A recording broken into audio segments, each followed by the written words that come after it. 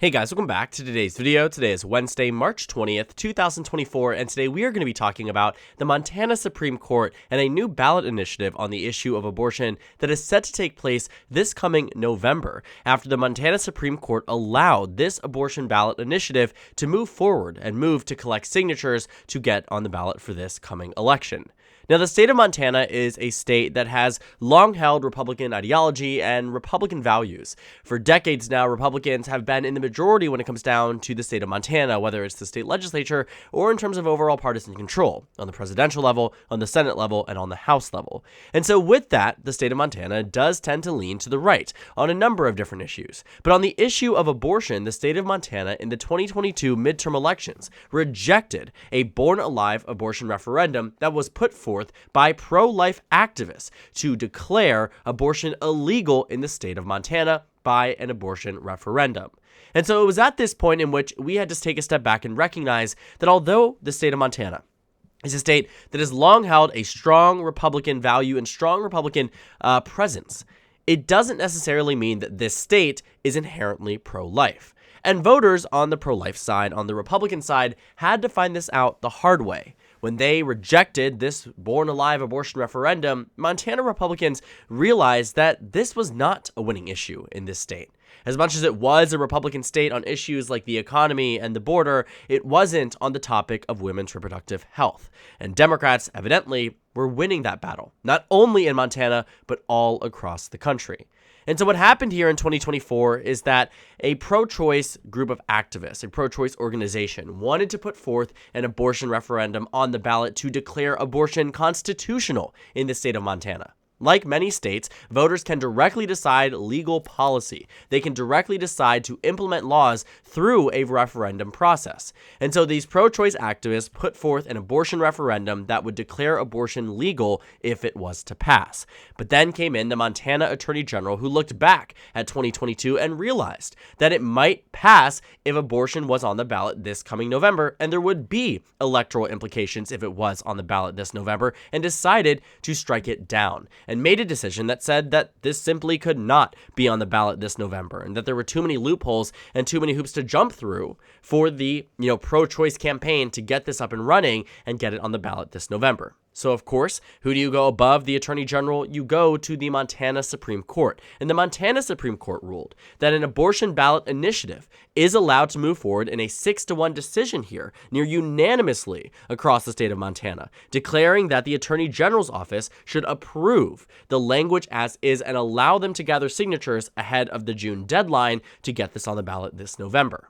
And so with this victory here, it's a major one for Democrats because it means that Montana, more likely than not, very, very likely even, will have an abortion ballot initiative this coming November. That there will be a question that voters will be hearing from, different sides on, getting a lot of energy and enthusiasm out to the ballot box on the sole point of the issue of abortion. Now, if you remember back in 2022, after the Dobbs v. Jackson decision was released, and all of a sudden, all these questions had been risen about whether or not abortion should be legal in certain states. And because it was 2022, it was the year in which this decision was released, some of the states' deadlines had passed, or it was too late to organize around an abortion referendum this coming November, or that coming November, back in November of 2022. It was a bit of a, weird place, I would say, for the Democrats and the pro-choice movements like Planned Parenthood and other pro-choice groups across this country. But generally speaking, they wanted to get abortion referendums on the ballot, and they knew that abortion was an issue that the American public very much sides with the Democratic Party, including very, very red states. And so in a bunch of them, they decided to vote on the issue of abortion in 2022. And this is exactly what happened. In the state of Kentucky, what we found here was actually there was an abortion referendum to declare a no constitutional right to abortion, giving the green light for the state of Kentucky to strike down any legal access to abortion. Voters rejected that by a margin of 52 to 47.7. Talking 5 points, the difference there. Voters in a state that Trump won by 30 points rejected this pro-life amendment. In the state of Vermont, very, very Democratic state, 77% said there was a constitutional right in this state to reproductive justice and reproductive autonomy. That was very good for Democrats, but Vermont is really a non-competitive state. A state where it really mattered was in the state of Michigan, in which 56.7% of voters here declared that there was a constitutional right to reproductive freedom, overturning a law that was put in place in the 1800s that outlawed abortion. We'll talk a little bit more about Michigan later on down in this video. In Montana, the same one we talked to you about, the Born Alive Infants Regulation, essentially saying that any infant born alive would be a legal person and they would receive protection, thus saying that anybody who's even at the point of birth or anywhere similar would be declared at the point of conception, essentially, to be a legal person and that you could not abort them or it would be declared as murder or there would be some level of heavy regulation on the issue of abortion. And so the voters rejected that. In California, another constitutional right to reproductive freedom amendment here, 67% voted in favor. Shouldn't be a shock to many, but it is a declaration here that in many states, 5, you saw nearly a tenth actually of the nation here, you saw abortion referendums on the ballot that in every single situation ended up favorably for the Democratic Party. And so with that being said, especially with the focus on Montana, I believe genuinely the Attorney General had 2 motivations here. The first one being that he was terrified that this would pass amongst the state of Montana, that the voters in this state would allow for abortion should a ballot initiative come this November, completely violating many of the inherent policies of these elected Republicans. On the flip side of things, I also think the Montana Attorney General here realized that the reason why Democrats did well in states like Michigan in 2022 was because abortion was at the center focus of that campaign. Even in states that didn't have abortion referendums, states like Arizona and Wisconsin, the issue of abortion was popularized because of the Dobbs v. Jackson decision, and it was in the front of everybody's mind. And so with that, Democrats ushered in victories in the states of Arizona, in Wisconsin, in Pennsylvania, in plenty of the swing states, in plenty of the red states, like Kansas even, where Democrats did very well in the governorship there, and abortion was a main issue in that race. I think he saw this as a threat to Republican performance in the 2024 election. Because right now, Republicans are counting on decreased enthusiasm from Democrats, decreased enthusiasm from the country, and from these swing state voters, that if they were to come to the ballot for another reason, they may very well end up voting Democrat as they have historically, as we have seen a direct impact of abortion referendums benefiting the Democratic Party across this country. And so Michigan, I think I'm bringing back up because we talked about it very briefly, but I think it is a perfect example of how an abortion referendum can be utilized to translate in extremely strong victories for the Democratic Party. Looking back at the Montana 2022 governor elections, I am often reminded of just how strong Gretchen Whitmer's electoral performance was here. She received nearly 55% of the vote to Tudor Dixon's 44%. This is a state that Joe Biden won by less than 3 points and Hillary Clinton lost to Donald Trump. And so for it to have been such a blowout for the Democratic Party, you can't help but asking why. Now, Michigan was a combination of factors. 5 Republican candidates were disqualified from the race right before the primary, including the Republican frontrunner there, on top of this abortion referendum being on the ballot. But what you might find to be interesting is that there were nearly identical margins in the abortion referendum as they were in the general election vote.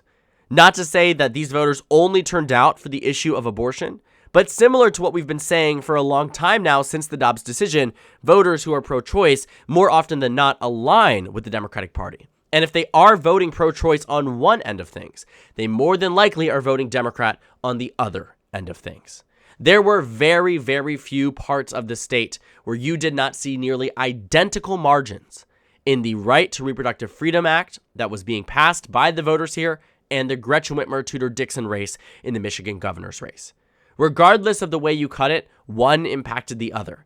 And based on what we've seen across the country, this Michigan proposition did in fact help Gretchen Whitmer. Voters did turn out on the issue of abortion, and even when the elections aren't in November, you still see heavy turnout that translates into down ballot effects later down the line. For instance, immediately following the Dobbs decision, voters in Kansas took action. They put forth an abortion referendum in a state that Donald Trump won by 16 points in the last election. What happened here? Voters accepted this, rejected the ban on abortion, and accepted the pro-choice ideology by a margin of nearly 20 percentage points here. what you found here was that 60% roughly rejected this notion that Kansas does not have a constitutional right to abortion. 60% in a Trump plus 16 state. Again, looking at some of these other elections too, Kentucky, a Trump plus 30 state, rejected a pro-life amendment by a margin of 5 points. So how does this happen? It happens because the voters in these states are not fundamentally just pro-life. They are Republican and absolutely vote for the Republican ideology, but roughly 67% of this country is pro-choice. 67% of this country is not Democratic. But what you do find is that abortion isn't just an issue, isn't just something that, turns out voters on the Democratic side just for the sake of voting for abortion. It turns out voters who might otherwise not care about an election. It turns out suburban women. It turns out, different demographic groups, especially young voters, that look at an issue like this one and say, you know what? I'll get out there and vote because I care about abortion. Do I care about Trump and Biden? No. Do I care about, John Tester, Matt Rosendale, or, Tim Sheehy, whoever it is? No. Right? But what they do care is the issue of abortion. And when Democrats do their messaging correctly, as they did in 2022, they couple these things in. And John Tester already has a strong electoral history to back him. 2 years after Donald Trump won the state by roughly 21 points, we can take a look at that 2016 election. Montana went to Donald Trump 21 points over Hillary Clinton. Even in 2020, 16 points over Joe Biden. In 2018, John Tester won by nearly 4 points across the state. That's strong. That shows that he can outpace what Donald Trump has done to the state in really driving it in the rightward direction. And so John Tester's performance in 2018 and in 2012, I think, also should be studied. Because Mitt Romney won by 13.7, but in 2012, that was a margin of victory for John Tester by roughly 4 points. Outpacing Mitt Romney by 17, outpacing Donald Trump by 25. He has a track record that absolutely can be defended and used to argue that he's in a strong position for 2024. And it is not just the Senate election here the Democrats are eyeing up in Montana. Believe it or not, there was a competitive congressional election in Montana that Democrats came close to winning in 2022. Montana's first district was decided by 3.2%. For decades, Montana had a singular district. The last time they had 2 districts was in 1990 here. And so the first district you saw with nearly, similar lines here, the Democrats now have a prime opportunity at winning across this state by, in this district, in the Senate races, potentially in the governor's race here.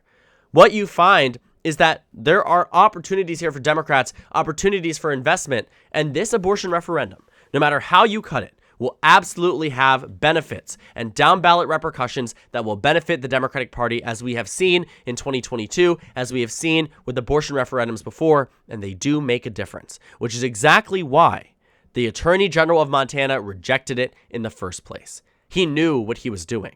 This is not some type of, random move. He's deciding he doesn't want it to be on the ballot. These Republicans are astutely aware that they have a very, very competitive Senate race with a popular Democratic incumbent and an interesting congressional race that the DCCC is now investing in for this upcoming election cycle. It's the perfect storm that could result in another 6-year term from Senator John Tester.